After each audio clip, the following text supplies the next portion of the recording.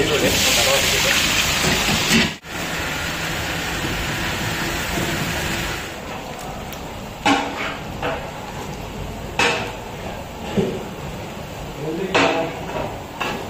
ನಿಂಬೆಹಣ್ಣು, bullet rice ಮತ್ತೆ ಜೀರಾ ಸಾಂಬಾರ್ ಅಕ್ಕಿ ಅಂತ ಹೇಳ್ಬಿಟ್ಟು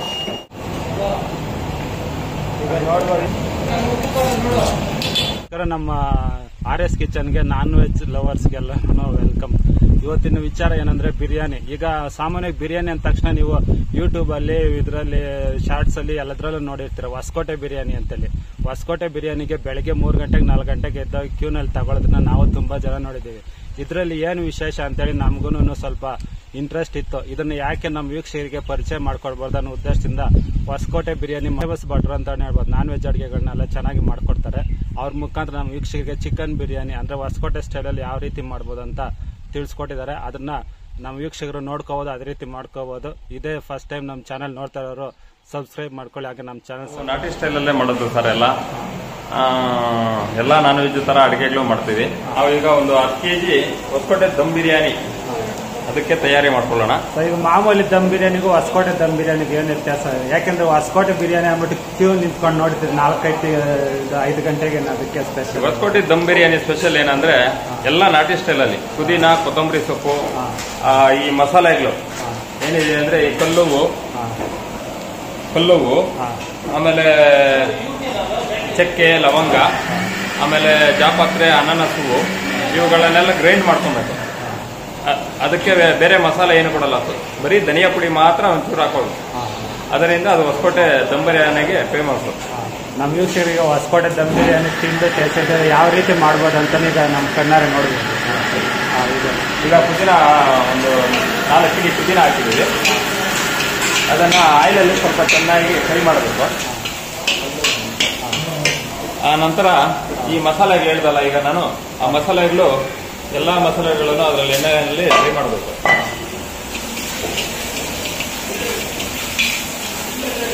ಇದನ್ನೆಲ್ಲ ಹಾಕಿ ಇದನ್ನ ಎಷ್ಟೊತ್ತು ಫ್ರೈ ಮಾಡ್ಕೋಬೇಕು? ಇದೊಂದು 5 ನಿಮಿಷ ಫ್ರೈ ಮಾಡಿದ್ರೆ ಸಾಕು. ಲಾಸ್ಟಲ್ಲಿ ಕೊತ್ತಂಬರಿ ಸೊಪ್ಪು, ಹಸಿಮೆಣಸಿನಕಾಯಿ ಇದನ್ನ ಎಣ್ಣೆನಲ್ಲಿ ರೋಸ್ಟ್ ಮಾಡೋಣ ಚೆನ್ನಾಗಿ. ಈ ಕಲ್ಲುವ ಬಳಸಿದ್ರೇನೆ ಪರಿಮಳ ಸ್ಮೆಲ್ ಬರೋದು. ಹೊಸಕೋಟೆ ದಮ್ ಬಿರಿಯಾನಿ ಅದೇ ಸ್ಪೆಷಲ್ ಅಂತ ಹೇಳಿ. ಕೊತ್ತಂಬರಿ ಸೊಪ್ಪು ಒಂದು 4 kg. ನಾವು ಇದಕ್ಕೆ ಟೊಮೊಟೊ, ಒಂಚೂರು ಬೆಳ್ಳುಳ್ಳಿನೂ ಕೊಡ್ಬೋದು. ತಳ ಹಿಡಿಯುತ್ತೆ ಅಂತ ಹೇಳ್ಬಿಟ್ಟು ನಾವು ಆ ಬೆಳ್ಳುಳ್ಳಿನ ಮಟನ್ ಬೇಯೋ ಹಾಕ್ಕೊಡ್ತೀವಿ. ಆಗ ಆ ಬೆಳ್ಳುಳ್ಳಿ ಸ್ಮೆಲ್ ಚೆನ್ನಾಗಿ ಮಟನ್ ಹಿಡೀಲಿ ಅಂತ ಮೊದಲೇ ಕೊಡಬಾರ್ದು ಅದನ್ನ. ನಾವು ಯಾವ ಇಂಗ್ರೀಡಿಯೆಂಟ್ಸ್ ಯಾವ ಟೈಮಲ್ಲಿ ಅದಕ್ಕೆ ಹಾಕ್ತೀವಿ ಅನ್ನೋದು ಇಂಪಾರ್ಟೆಂಟ್. ಮೈನ್ ಅದರಲ್ಲಿ ಟೇಸ್ಟ್ ಬರ್ಬೇಕಂದ್ರೆ ಮೈನ್ ಅದೇ ಯಾವ ಟೈಮಲ್ಲಿ ಯಾವ ಇಂಗ್ರೀಡಿಯೆಂಟ್ಸ್ ಹಾಕಿದ್ರೆ ಚೆನ್ನಾಗಿರುತ್ತೆ ಅಂತ ಹೇಳ್ಬೋದು. ಅದನ್ನ ಮೊದಲೇ ಹಾಕಿದ್ರೆ ಇಲ್ಲ ಲಾಸ್ಟ್ ಅಲ್ಲಿ ಹಾಕಿದ್ರೆ ಹೇಗಿರುತ್ತೆ, ಮೈನ್ ಇರೋದೇ ಅದನ್ನ ಯಾವ ಟೈಮಲ್ಲಿ ಯಾವ್ಯಾವ್ದು ಇನ್ಕ್ಲೂಡಿಯೆಂಟ್ ಇದೇ ತರನೇ ಮನೇಲಿ ಮಾಡ್ಕೊಬೋದು. ಆರಾಮಾಗಿ ಕುಕ್ಕರ್ ಅಲ್ಲೇ ಮಾಡ್ಕೊಬೋದು. ಅದು ನಾವು ಈ ತೋರಿಸಿರೋ ಕ್ವಾಂಟಿಟಿಯಲ್ಲಿ ಕಡಿಮೆ ಹಾಕೊಂಡು ಅದಕ್ಕೆ ಎಷ್ಟು ಬೇಕು 1 kgಗೆ ಕುಕ್ಕರ್ ಅಲ್ಲೇ ಆರಾಮಾಗಿ ಮಾಡ್ಕೊಬೋದು. ಎಣ್ಣೆ ಕಾದ್ಮೇಲೆ ಈರುಳ್ಳಿ 60 kg.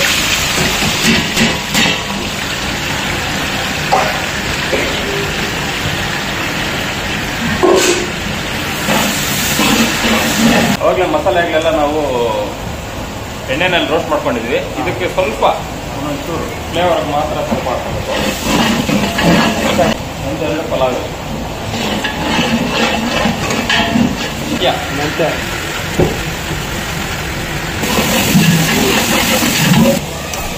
ಇದು ಹಾಕ್ತಾ ಇರೋದು ಬೆಳ್ಳುಳ್ಳಿ,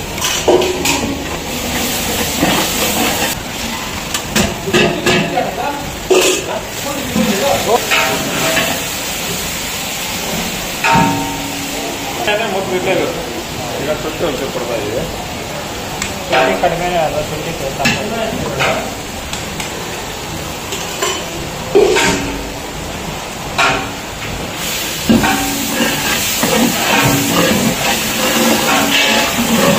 ತುಂಬಾ ಜನ ಶುಂಠಿ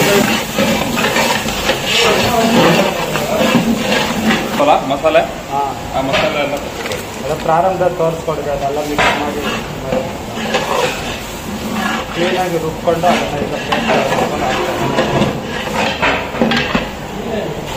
ಬರೀ ಧನಿಯಾ ಪುಡಿ, ಇದು ಖಾಲಿ ಧನಿಯಾ ಪುಡಿ, ಬೇರೆ ಮಿಕ್ಸ್ ಏನಿಲ್ವಲ್ಲ? ಇಲ್ಲ, ಏನಿಲ್ಲ.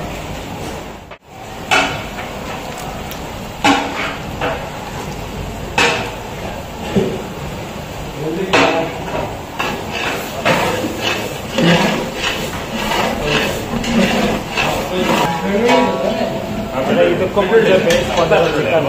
ಆಮೇಲೆ ಚಿಕನ್ ಅಂದರೆ ಸನ್ ಬ್ರಾಯ್ಲರ್ ಚಿಕನ್ ಮಾಡಿರ್ತಾರೆ. ಇಲ್ಲಿ ಮೊಟ್ಟೆ ಕೋಳಿ ಇದು ಮೊಟ್ಟೆ ಕೋಳಿ ಸರ್, ಇದು 70% ಬೇಯಿಸ್ಕೊಂಡಿದ್ದಲ್ವಾ? ಹೌದು. 70% ಬೇರೆ ಬೇಯಿಸ್ಕೊಂಡಿರೋದನ್ನ ಈಗ ಸಾಮಾನ್ಯವಾಗಿ ಸನ್ ಬ್ರಾಯ್ಲರ್ ಚಿಕನ್ ಹಾಕ್ತಾರೆ. ಅದು ಬಿರಿಯಾನಿಗೆ ಅಳತೆ ಪ್ರಕಾರ ನೀರು ಹಾಕ್ಬೇಕಲ್ವಾ? ಹೌದು. ಇದು ಎಷ್ಟು ಹಾಕ್ತಾ ಇದ್ದೀರಾ?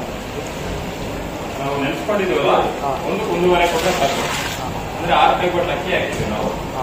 6 ಕೈ ಬಟ್ಲಿಗೆ 9 ಕೈ ಬಟ್ಲು ಯಾವುದೇ ಎಲ್ಲ ತುಂಬು ಎಲ್ಲ ನ್ಯಾಚುರಲ್ ಸಾಮಾನ್ಯ ಹೋಟ್ಲೆಲ್ಲ ನಿಂಬೆಹಣ್ಣು 4 ಹಾಕ್ಕೊಂಡ್ಬಿಡ್ತೀವಿ. ಸ್ವಲ್ಪ ಫೈನಲ್ ಅಲ್ವಾ ಇದು ಗರಂ ಮಸಾಲ ಹಾಕೋದು ಫೈನಲ್ ಮಸಾಲೆ.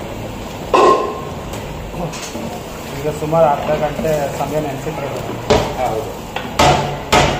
ಆಮೇಲೆ ಇನ್ನೊಂದು ವಿಶೇಷ ಏನಂದರೆ ಅಕ್ಕಿನಲ್ಲಿ 2 ರೀತಿ ಮಿಕ್ಸ್ ಮಾಡ್ಕೊಂಡಿರೋದು ಅಲ್ವಾ?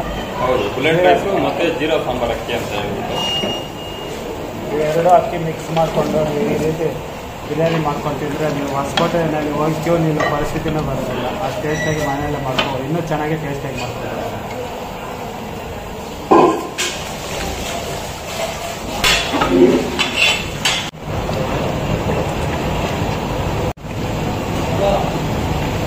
ಈಗ ನೋಡ್ಬೋದು, ಇದಕ್ಕೆ ನಂದಿನಿ ತುಪ್ಪ ಯೂಸ್ ಮಾಡಿದ್ರೆ ಇನ್ನೂ ಫ್ಲೇವರ್ ಇನ್ನೂ ಡಬಲ್ ಆಗುತ್ತೆ. ಲೋಕಲ್ ತುಪ್ಪ ಅದೇ ತುಪ್ಪ ಹಾಕೋದಕ್ಕೆ ಲಿಮಿಟ್ ಇದೆಯಾ? ಇಲ್ಲ ಎಣ್ಣೆ ಮತ್ತು ತುಪ್ಪ ಬಿಡಿಸ್ಬೋದು. ಒಂದು ಅರ್ಧ ಎಣ್ಣೆ ಅರ್ಧ ತುಪ್ಪ ಬಿಡಿಸ್ಬೋದು. ಚೆನ್ನಾಗಿರುತ್ತೆ.